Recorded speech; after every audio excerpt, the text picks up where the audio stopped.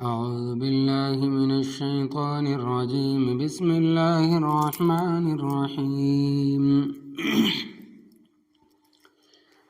أو كالذي مر على قرية وهي خاوية على عروشها قال أنى يحيي هذه الله بعد موتها فأماته الله 100 عام ثم بعثه قال كم لبثت؟ قال لبثت يوما أو بعض يوم قال بل لبثت 100 عام فانظر إلى طعامك وشرابك لم يتسنه وانظر إلى حمارك ولنجعلك آية للناس وانظر إلى العظام كيف ننشزها ثم نكسوها لحما فلما تبين له قال أعلم أن الله على كل شيء قدير. وإذ قال إبراهيم رب أرني كيف تحيي الموتى قال أولم تؤمن قال بلى ولكن ليطمئن قلبي قال فخذ 4 من الطير فصرهن إليك ثم اجعل على كل جبل منهن جزءا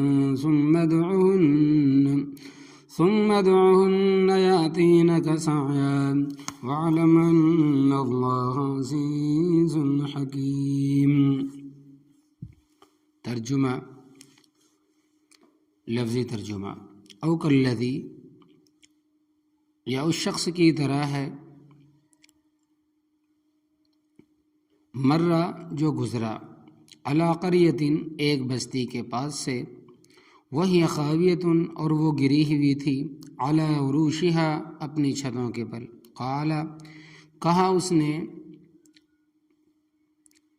انا کس طرح، یحیی ہذہ اللہ آباد کرے گا اس کو اللہ تبارک و تعالی، بعد موتہا اس کے تباہ ہو جانے کے بعد، اس کے برباد ہو جانے کے بعد.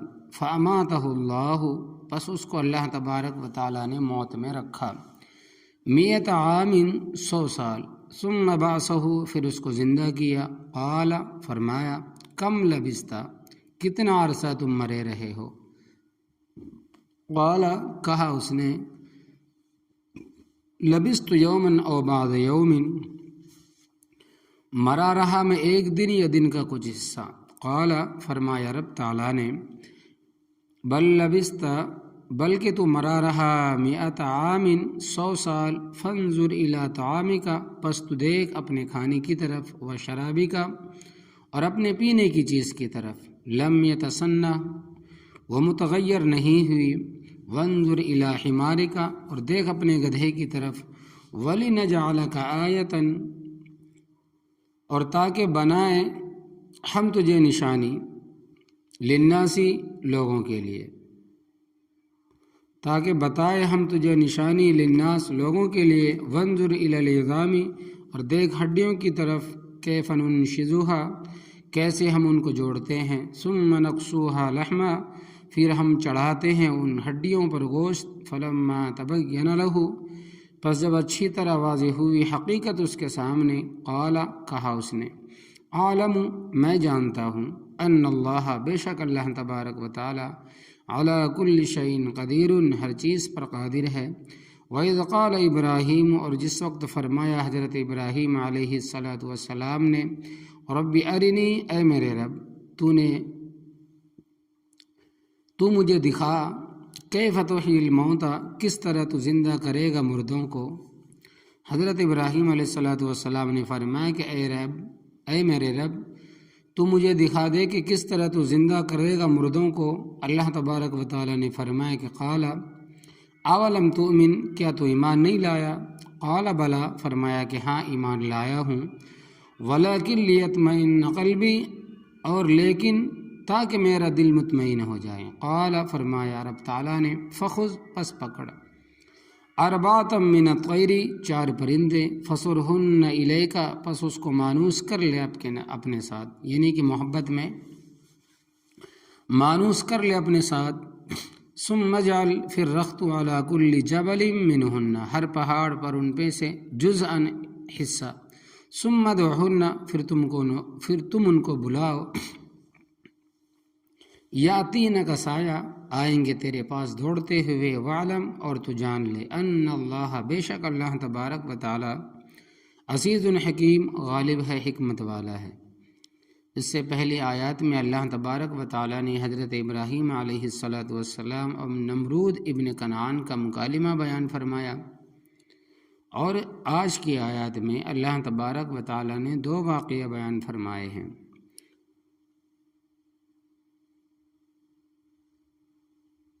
صہیونیت کا معنی، پہلا واقعہ اس طرح ہے کہ ایک پہاڑ ہے جس کا نام ہے صہیون۔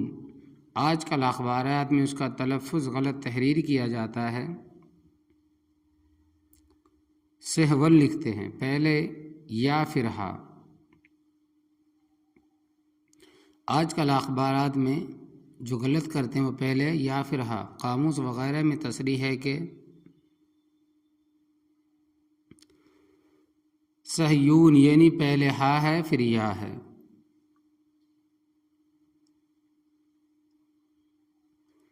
بروز فرزون یعنی پہاڑ سمندر کی سطح سے تقریباً 5000 فٹ کی بلندی پر ہے، جیسے ہمارے ہاں کوہ مری ہے۔ اس پہاڑ پر شہر تھا بیت المقدس۔ مقدس اس میں مفعول کے سیگے کے ساتھ بھی درست ہے، اور مقدس بھی درست ہے، جیسا کہ امام نووی رحمۃ اللہ علیہ نے تہذیب الاسماء واللغات میں تصریح فرمائی ہے۔ حضرت عزیر علیہ السلام کا واقعہ، یہ شہر بڑا مشہور اور مرکزی تھا اور کافی آباد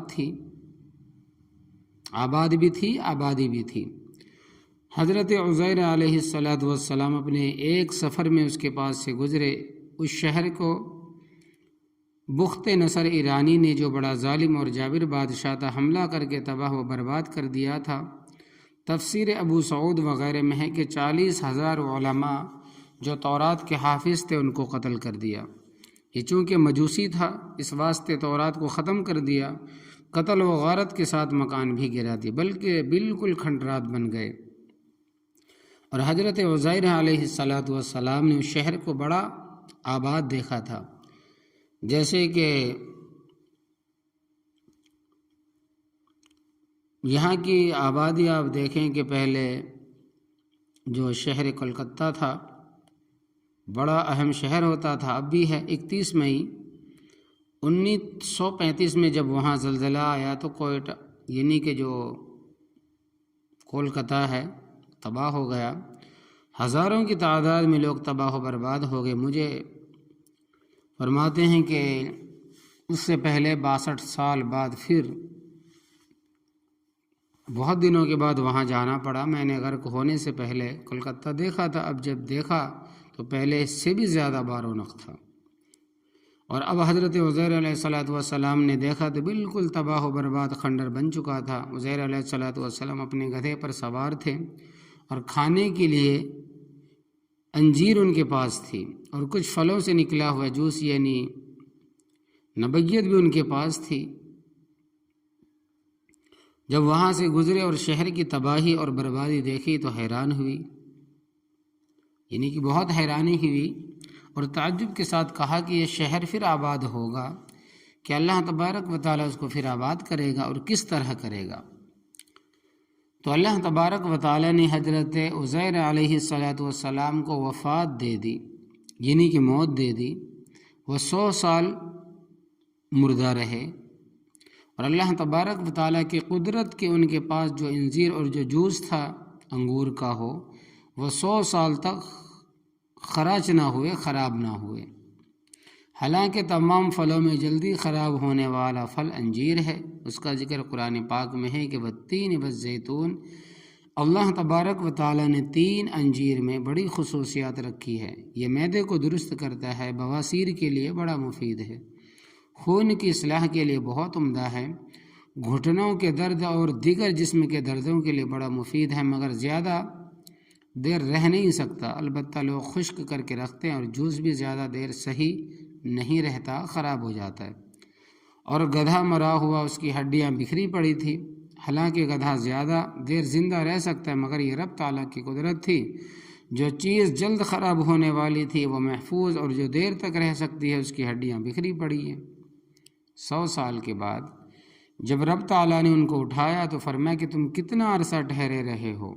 تو فرمایا کہ پروردگار، ایک دن یا دن کا کچھ حصہ، یعنی اگر وہی دن ہے تو دن کا کچھ حصہ، اور اگر دوسرا دن ہے تو پھر مکمل دن ہے۔ قال، رب تعالیٰ نے فرمایا کہ بل لبثت مئۃ عام، تم ٹھہرے ہو موت کی حالت میں 100 سال تک۔ فانظر، دیکھو، الی طعامک و شرابک، اپنے انجیر اور جوس کو، یعنی پینے کی چیز کو اور کھانے کی چیز کو، لم یتسنہ، اس میں کوئی تغیر پیدا نہیں ہوا، کوئی تبدیلی نہیں ہوئی، خراب نہیں ہوا۔ وانظر الی حمارک، اور اپنے گدھے کو دیکھ، تیرے سامنے ہم اس کی بکھری ہوئی ہڈیوں کو جوڑیں گے اور ان پر گوشت چڑھائیں گے، چمڑا چڑھائیں گے، اور تیرا گدھا بالکل زندہ بن جائے گا۔ 100 سال کے بعد جب واپس گئے تو جس شہر میں آباد تھے اس کا حلیہ بھی بدلا ہوا تھا۔ ان کے پڑوس میں ایک عورت تھی، وہ اس وقت تک جوان ہوتی تھی جس وقت حضرت عزیر علیہ السلام یہاں سے گئے تھے، وہ جوان تھی، اور اب وہ بوڑھی آنکھوں سے نابینا ہو گئی تھی، اور بے چاری کے گھٹنے ٹخنے جڑ پتھرا گئے تھے، چل پھر نہیں سکتی تھی۔ اس بوڑھی کو بیٹھے دیکھا تو اس سے دریافت فرمایا کہ این بیت عزیر، کہ عزیر علیہ السلام کا گھر کہاں ہے؟ تو اس نے کہا تو کہ تم کون ہو؟ فرمایا کہ میں عزیر ہوں، یعنی عزیر علیہ السلام۔ اس نے کہا کہ عزیر تو اس وقت کہاں سے آ گئے؟ وہ تو کہیں فوت ہو گئے، بہت زمانہ ہو گیا، فوت ہو گئے ہوں گے، بہت زمانہ ہو گیا۔ فرمایا کہ نہیں، میں عزیر ہی ہوں۔ بوڑھی کہنے لگے وہ تو بڑے مقبول الدعا تھے، اگر واقعی تو عزیر ہے تو میرے واسطے دعا کر کے میری آنکھیں درست ہو جائیں، تاکہ میں تجھے بھی دیکھوں اور دوسری چیزوں کو بھی دیکھوں، اور میں اپاہج ہو گئی ہوں، اٹھ نہیں سکتی، دعا کر کہ رب مجھے درست کر دے۔ حضرت عزیر علیہ السلام نے دعا کی تو اللہ تبارک و تعالیٰ نے اس بوڑھی کو درست کر دیا، آنکھیں بھی درست فرما دی اور پاؤں بھی درست ہو گئے اور چلنے پھرنے لگ گئی۔ وہ ان کو لے کر گئی کہ آؤ میں تمہیں تمہارا گھر دکھاتی ہوں۔ پہلے حضرت عزیر علیہ السلام کا گھر کنارے پر تھا، مگر اب آبادی کے پھیل جانے کی وجہ سے درمیان میں آ گیا تھا۔ اس وقت حضرت عزیر علیہ السلام کا ایک بیٹا زندہ تھا جس کی عمر 118 سال تھی، پوتے پڑ پوتے بھی بوڑھے ہو گئے تھے۔ اس مائی نے دکھایا کہ تمہارا گھر ہے۔ جب حضرت عزیر علیہ السلام اندر داخل ہونے لگے تو پوتے پڑ پوتے نے کہا کہ بابا کہاں جا رہے ہو؟ جواب دیا کہ میں اپنا گھر جا رہا ہوں۔ کہنے لگے کہ واپس جا، یہاں تیرا گھر کہاں سے آ گیا؟ اس بوڑھے نے کہا کہ تمہارا باپ ہے، دادا ہے۔ حضرت عزیر علیہ السلام کے بیٹے نے کہا کہ ہمیں باپ کی 2 چیزیں یاد ہیں، ان کے بین الکتفین، 2 کندھوں کے درمیان چاند کی طرح ایک نشان تھا، اور دوسری چیز یہ ہے کہ وہ تورات کے حافظ تھے۔ چنانچہ ان کا کرتا اٹھایا گیا تو دونوں کندھوں کے درمیان چاند کا نشان موجود تھا، اور انہوں نے تورات کھول کر آپ علیہ السلام کے آگے رکھی کہ سنائیں۔ چنانچہ انہوں نے ساری تورات سنا دی تو سب کو یقین آ گیا کہ واقعی حضرت عزیر علیہ السلام ہی ہے۔ ان کے ان معجزوں کو دیکھ کر یہود نے ان کو رب کا بیٹا بنا دیا۔ وقالت الیہود عزیر ابن اللہ، اور کہا یہود نے کہ حضرت عزیر علیہ السلام اللہ تبارک و تعالیٰ کے بیٹے ہیں۔ وہ اللہ تبارک و تعالیٰ کے صاحب معجزات پیغمبر تھے، یہ ان کا ذکر ہے۔ او کالذی، یہ اس شخص کی مثال ہے، مر علی قریۃ، جو گزرا ایک بستی کے پاس سے، وہ بیت المقدس کی بستی تھی، وہی خاویۃ، اور بستی گری ہوئی تھی، علی عروشہا، اپنی چھتوں کے بل۔ وہ اس طرح کہ پہلے چھتیں گری، پھر ان کے اوپر دیواریں گری۔ قال فرمایا انا، کس طرح، یحیی، زندہ کرے گا، آباد کرے گا، ہذہ اللہ، اس شہر کو اللہ تبارک و تعالیٰ، بعد موتہا، اس کے مر چکنے کے بعد، یعنی تباہ ہونے کے بعد۔ فاماتہ اللہ مئۃ عام، پس اللہ تبارک و تعالیٰ نے اس کو مردہ رکھا 100 سال۔ ثم بعثہ، پھر اللہ تبارک و تعالیٰ نے ان کو اٹھایا۔ قال، اللہ تبارک و تعالیٰ نے فرمایا، کم لبستہ کتنا دیر تو ٹھہرا رہا؟ قال فرمانے لگے لبست یومن ٹھہرا میں ایک دن، اور بعض یومن یہ دن کا کچھ حصہ۔ قال فرمایا اللہ تبارک و تعالیٰ نے بل لبست مئۃ عام بلکہ تم ٹھہرے ہو موت کی حالت میں 100 سال۔ فانظر الی طعامک پس تو دیکھ اپنے کھانے کی چیز کی طرف جو کہ انجیر کے دانے تھے، وشرابک اور اپنے پینے کی چیز کی طرف جو کہ جوس تھا، لم یتسنہ نہ کھانا متغیر ہوا نہ جوس خراب ہوا، وانظر الی حمارک اور دیکھ اپنے گدھے کی طرف، ولنجعلک آیۃ تاکہ بتائیں ہم تجھے نشانی، للناسی لوگوں کے واسطے، وانظر الی حمارک کیف ننشزها اور دیکھ ہڈیوں کی طرف کیسے ہم ان کو جوڑتے ہیں، ثم نکسوها لحما پھر ہم پہناتے ان ہڈیوں پر گوشت، فلما تبین له پس جب اچھی طرح واضح ہوئی حقیقت اس کے سامنے، قال کہا اس نے اعلم میں جانتا ہوں ان اللہ علی کل شیء قدیر بے شک اللہ تبارک و تعالی ہر چیز پر قادر ہے۔ دوسرا واقعہ وَإِذْ قَالَ ابراہیم اور جب فرمایا حضرت ابراہیم علیہ السلام نے ربی اے میرے رب ارنی تو مجھے دکھا کیف تحیی الموتیٰ تو کس طرح مردوں کو زندہ کرے گا، یعنی مردوں کو زندہ کرنے کی کیفیت کیا ہے، کیفا کے لفظ ہیں، قال فرمایا کہ اولم تؤمن کیا تو ایمان نہیں لایا کہ میں مردوں کو زندہ کیا کرتا ہوں، قال بلا حضرت ابراہیم علیہ السلام نے فرمایا اے میرے پروردگار میرا ایمان ہے کہ تو مردوں کو زندہ کرتا ہے، ولیکن اور لیکن کیفیت دیکھ کر لیطمئن قلبی تاکہ میرا دل اور زیادہ مطمئن ہو جائے، نفس احیائی موتی کا تو مجھے یقین ہے لیکن کیفیت دیکھ کر مزید میں اطمینان تسلی حاصل کرنا چاہتا ہوں۔ قال اللہ تبارک و تعالیٰ نے فرمایا فخذ اربعۃ من الطیر پس پکڑ لے تو 4 پرندے، فصرہن الیک پس مانوس کر تو ان کو اپنے ساتھ۔ وہ 4 پرندے کیا تھے؟ تفسیر بیضاوی، ابو سعود، معالم التنزیل وغیرہ تفسیروں میں ہے کہ ایک مور تھا جس کو اپنے حسن پر بڑا گھمنڈ ہے، اللہ تبارک و تعالیٰ نے اس کی بڑی خوبصورت شکل بنائی اور پاؤں ذرا بدصورت سے ہوتے۔ دوسرا ان میں سے مرغا تھا اور مرغے میں شہوت زیادہ ہوتی ہے۔ تیسرا ان میں سے غراب کوا یعنی خسیس الطبع ہوتا ہے، طبی شرافت سے محروب ہوتا ہے۔ چوتھا کبوتر تو کبوتر اپنی مراد حاصل کرنے میں جلدی کرتا ہے اور انسان انہی چیزوں سے مرکب ہے۔ شہوت اللہ تبارک و تعالیٰ نے اس میں رکھی ہے، اپنے حسن و جمال پر مغرور رہتا ہے، خصیص الطبع بھی ہے الا ماشاء اللہ، اللہ تبارک و تعالیٰ کے نیک بندے بھی دنیا میں موجود ہیں لیکن اکثر خصیص الطبع ہے، اور ہر آدمی اپنی مراد حاصل کرنے میں جلد بازی سے کام لیتا ہے۔ تو یہ 4 جانور حضرت ابراہیم علیہ السلام نے لیے، ان کو اپنے ساتھ مانوس کیا۔ جانور بھی آدمی کے ساتھ مانوس ہو جاتے ہیں، طوطا دیکھو، مینا دیکھو، ان کو مانوس کرو تمہارے ساتھ بیٹھیں گے بلکہ تمہارے ہاتھ سے چیزیں چھین بھی لیں گے۔ جب وہ مانوس ہو گئے جس وقت ان کو بلاتے وہ جانور حضرت ابراہیم علیہ السلام کے پاس پہنچ جاتے، تو فرمایا کہ اب تو ان جانوروں کو ذبح کر، ان کے سر اپنے پاس رکھ لے اور باقی جو گوشت ہے اس کا قیمہ بنا، اس کے قیمے ہڈیاں، پر، ٹانگیں، ہر چیز ملا دے اور سب کا اکٹھا قیمہ بنانا ہے، اور پھر قریب قریب جو پہاڑ ہیں وہ قیمہ شدہ گوشت تھوڑا تھوڑا کر رکھ دے سروں کے بغیر۔ جب حضرت ابراہیم علیہ السلام نے رکھ دیا تو فرمایا کہ اب تو ان کو بلا، مثلا پہلے مرغوں کو آواز دے کہ اے مرغ آ جا۔ چنانچہ سب کا گوشت کاٹ کاٹ کر اکٹھا قیمہ بنایا تھا، تو انہوں نے دیکھا کہ فضا میں مرغ کا گوشت دوسروں سے الگ ہو کر مرغ کے سر کے ساتھ جڑ گیا اور رب نے اس میں جان ڈال دی۔ وہ مرغا اسی طرح بولنے لگا جس طرح پہلے بولتا تھا۔ اسی طرح کوے کا گوشت بھی دوسروں سے الگ ہو کر اپنے سر کے ساتھ آ ملا، اسی طرح مور کا گوشت مور کے سر کے ساتھ مل گیا اور وہ زندہ ہو گیا۔ تو 4 پرندے جس طرح پہلے تھے اسی طرح ہو گئے۔ یہ ان تفسیروں کا خلاصہ ہے جو بیضاوی، معالم تنزیل، مدراک ابو سعود وغیرہ میں ہے۔ تو اللہ تبارک و تعالیٰ فرماتے ہیں کہ فخذ اربعۃ من الطیر، اے ابراہیم علیہ السلام پس تو پکڑ 4 پرندے، فصرہن الیک پس تو ان کو اپنی طرف مانوس کر، ثم اجعل علی کل جبل منہن جزءا پھر ذبح کر کے ان کو رکھ دے، آس پاس کی تمام پہاڑیوں پر ان کے ٹکڑے رکھ دے، ثم ادعہن پھر تو ان کو بلا، یاتینک سعیا وہ زندہ ہو کر تیرے پاس دوڑتے ہوئے آئیں گے۔